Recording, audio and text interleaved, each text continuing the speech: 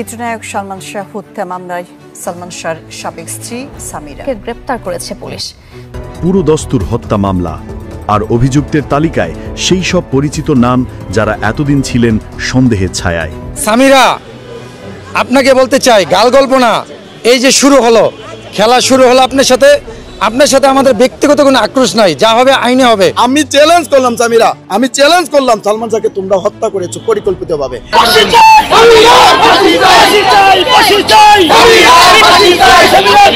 আসসালামু আলাইকুম সম্মানিত দর্শক, আজকে আপনাদেরকে দেখাবো এমন একটি গুরুত্বপূর্ণ ভিডিও যে ভিডিওটি দেখলে রীতিমতো অবাক হবেন। চাঞ্চল্যকর অবস্থা সৃষ্টি হয়েছে নেট দুনিয়ায় তোলপাড়।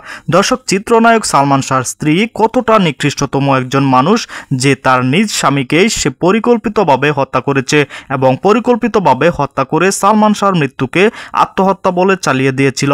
দর্শক, বিস্তৃত দেখতে পারবেন এই ভিডিওতে, 1 সেকেন্ডও না টেনে পুরো ভিডিওটি দেখবেন। চ্যানেলে নতুন হলে সাবস্ক্রাইব করে রাখবেন পরবর্তী আপডেট পাওয়ার জন্য। ভিডিওতে একটি লাইক করে দেখতে থাকুন সম্পূর্ণ ভিডিওটি। ওনারা বলবেন সবার প্রচেষ্টায় আজকে আল্লাহ তাআলা এটা কবুল করছেন, বুঝছেন?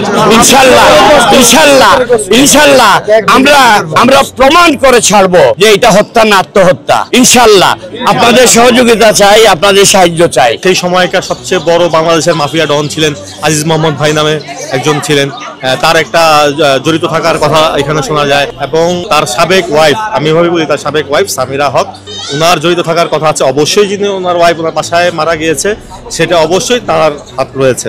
এতদিন সামিরার দালালগুলো যেভাবে টাকা ছড়িয়ে এই কেসটা ধামাচাপা দিয়ে এই 30টা বছর মনে করেন নিয়ে এসছে, এটা অন্য কেউ না, এটা সামিরা এবং সামিরার দালালগুলো।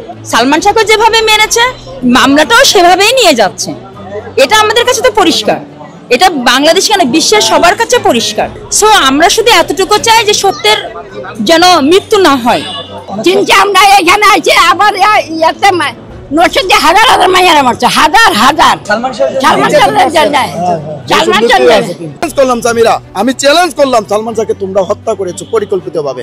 আমিও চ্যালেঞ্জ করলাম, তুমি আজকে থেকে, ঠিক আছে, আজকে থেকে মামলাই চলবে। পৃথিবীতে শ্রেষ্ঠ দোয়া হচ্ছে মায়ের দোয়া, আর সেখানে এক মা দুঃখিনী মা 29টি বছর কিন্তু লড়ে যাচ্ছেন, যেখানে দুইজন আসামি কিন্তু স্বীকারোক্তি দিয়েছে সালমান শাহ করেনি, সালমান শাহকে পরিকল্পিতভাবে হত্যা করেছে। সালমান শাহকে হত্যা করা হয়েছে, এটাই সত্য। একটা জিনিস কি, আপনি যদি সত্যটাকে মিথ্যা করতে চান, সত্যটাকে মিথ্যা করতে গেলেই তো আপনি আসল কথা বেরিয়ে হয়ে যাবে। যে সত্যকে মিথ্যায় রূপান্তরিত করতে গেলে আপনার সময় একটু বেশিই লাগে, তাই না? তো মাননীয় আজকে আদালত যেই রায়টা দিলেন, একটা সর্বপ্রথম একটা জিনিস আমার আরো মনে রাখা উচিত যে পৃথিবীতে শ্রেষ্ঠ দোয়া হচ্ছে মায়ের দোয়া, আর সেখানে এক মা দুঃখিনী মা 29টি বছর কিন্তু লড়ে যাচ্ছেন। শুধু তিনি যে লড়ে যাচ্ছেন তাই কিন্তু না, উনার সাথে হাজারো লাখো কোটি ভক্ত। এই যে দোয়া মানুষের, সবচাইতে সর্বপ্রথম আল্লাহর কাছে লাখো লাখো শুকরিয়া আদায় করি, আলহামদুলিল্লাহ বলি যে এত বছর পরে মামলাটা কেন লেগেছে সেটা আমি নিজে কিন্তু ছিলাম ওইখানে, আমি কিন্তু একদম স্পষ্টভাবে শুনেছি, সামনেই ছিলাম যখন মাননীয় জজ সাহেব যখন পেশ করেন, একদম ফার্স্ট টু লাস্ট কিন্তু এখানে আসছে, একদম লাস্টে যখন পিবিআই তদন্তের পর্যন্ত আসে, যখন রুবি সুলতানার ভিডিওর কথা রেকর্ডিং করে তারা বললো যে এটা কেন আমলে নিল না, এরপরে সেখানে যে শিশি পাওয়া গেছিলো সামিরা ব্যাগ থেকে, মানে সুটকেস থেকে, সেটা কেন আমলে নিল না। এটা কিন্তু আমলে নেওয়া যায়, এইটা কিন্তু মানে আইন সংক্রান্তের ভিতরে এটা আছে। মাননীয় মহোদয় যে কথাটা বলেছেন যেটা আছে, কিন্তু এটা কেন নিল না, এটা কেন নিল না, এবং এটার গাফলতি আছে। ডাইরেক্টলি বলছে যে এই মানে তদন্ত করেছে, এটা গাফলতি আছে, গাফলতির কারণে তাদের কিছু মানুষের গাফলতি, মানে কিছু এভাবেই বলেছে যে কিছু গাফলতির কারণে আজকে এই মামলাটা এতদিন যাবৎ এই পর্যন্ত আসছে। আরেকটা কথা হচ্ছে যে আসামির কথা বলা হয়েছে, যেখানে দুইজন আসামি কিন্তু স্বীকারোক্তি দিয়েছে, এখন আসামি সাক্ষী হয়ে গেছে। তো যেখানে আসামি সাক্ষী হয়ে গেছে, মাননীয় মহোদয় কিন্তু বলেছে যে আসামি যদি সাক্ষী কথাগুলি, মানে যে রুবি সুলতানার ভিডিওর কথা, অডিও যেটা কোর্টে নেওয়া হয়েছে সেটাও আমলে নেয় নাই। এটা সারা বিশ্বের মানুষ দেখেছে যে রুবি সুলতানা যে এটা কি বলেছিল, এটা আপনিও জানেন, আমরাও জানি যে সালমান শাহ আত্মহত্যা করেনি, সালমান শাহকে পরিকল্পিতভাবে হত্যা করা হয়েছে। তো সেই হত্যার জয়টা কিন্তু আজকে হলো যে সালমান শাহকে হত্যা করা হয়েছে, এটাই সত্য।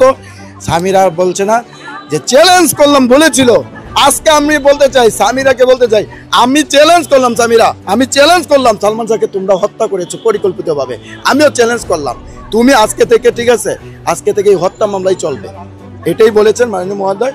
এখন এটা হত্যা মামলা করে আবারও এই যে ইটা আছে এগুলি আবার পুনরায় তদন্ত হবে এবং মূল রহস্যগুলি এগুলি অবশ্যই বের হয়ে আসবে ইনশাল্লাহ, আমরা আশাবাদী। সামিরা, আপনাকে বলতে চাই, গাল গল্প না, এই যে শুরু হলো, খেলা শুরু হলো আপনার সাথে আমাদের ব্যক্তিগত কোনো আক্রোশ নাই, যা হবে আইনে হবে। আপনিও দৌড়ান, আমরাও দৌড়াই। ঘরজামাই কিছু মানুষ আছে আমাদের এলাকা ভিত্তিক, ওই ঘরজামাই বিয়ে করে বউর শ্বশুরবাড়িতে থাকলে তখন ওই বউয়ের লাত্তি গোতা খায় আর জামাই হ করে। তো উনি তো ভিতরে ঘরজামাই তো বসে বসে হ করতেছেন, উনি তো সামনে আসেন না। আমারে গতকাল কমেন্টস করছেন উনি, আয়সা বলতেছে আমরা নাকি গাল গল্প করতেছি, এই গল্প আর কতদিন চলবে? সামিরা, আপনাকে বলতে চাই, গাল গল্প না, এই যে শুরু হলো, খেলা শুরু হলো আপনার সাথে আমাদের ব্যক্তিগত কোনো আক্রোশ নাই, যা হবে আইনে হবে। আপনিও দৌড়ান, আমরাও দৌড়াই। দেখেন, আপনি তো বলছেন আমরা গাল গল্প বলি, আজকে যদি আপনার আইনজীবী কোর্টে থেকে থাকেন, বিচারক মহোদয় যে বললেন, বিশ্লেষণ করলেন, পড়লেন রায়টা, পড়ার আগে যে কথাগুলো বললেন, পারলে বলেন দেখি বিচারক মহোদয় গাল গল্প বলছে আপনার এই আইন নিয়ে।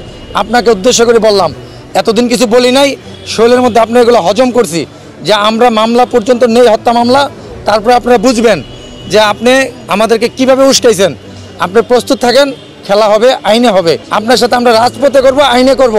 আপনার সাথে আমাদের ব্যক্তিগত কোনো আক্রোশ নাই, আপনাকে আমরা আক্রমণও করব না, কিছু করব না, কিন্তু আইন, এই দেশের আইন অবশ্যই বিচার করবেন। আপনার জন্য, আপনি একটি মানুষকে হত্যার জন্য এই দেশে আমার জানার মধ্যে 27 জন যুবক যুবতী প্রাণ দিয়েছেন, তারও বিচার হবে আপনার। আল্লাহর কাছে শুকরিয়া আদায় করছি, আলহামদুলিল্লাহ, আলহামদুলিল্লাহ, আলহামদুলিল্লাহ। কারণ 30 বছর যাবৎ সালমান ভক্তরা আমাদের মনের ভিতরে যে তুষের আগুনের মতো দাও দাও করে ঘষে ঘষে জ্বলছে, আর এক একটা রায় দিতেছে, আর আমাদের মধ্যে মনে হতেছে হিরোশিমা, যেমন জাপানে হিরোশিমায় কামান পড়লে যা হয়, অ্যাটম বোম পরে যা হয়েছিল, আমাদের ভিতরটা এমনই অবস্থা। দেখাইতে পারতেছি না, যার জন্য দেখতে পারতেছেন না। আমরা সেইখান থেকে এসেও পিবিআই যখন তদন্ত প্রতিবেদন জমা দেয়, তারপরে মনে হয় সালমান ভক্তদের মধ্যে মানে ইস্পাতের মতো আগুন যেমন জল, ইস্পাত তৈরি করছে তেমন আগুন জ্বলছে একটা, যে এটার একটা সুরক্ষা আমরা করব। আমরা রাজপথে তখন থেকেই ছিলাম, আগেও আছি, এখনও আছি।